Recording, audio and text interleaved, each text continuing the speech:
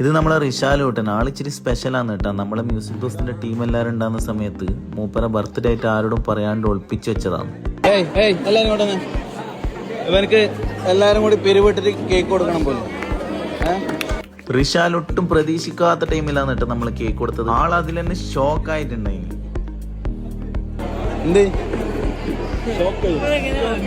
ആദ്യമായിട്ടാണ് നമ്മളെ റിഷാൽ ഇത്ര ഗ്രാൻഡ് ആയിട്ട് ബർത്ത്ഡേ ആഘോഷിക്കുന്നത്.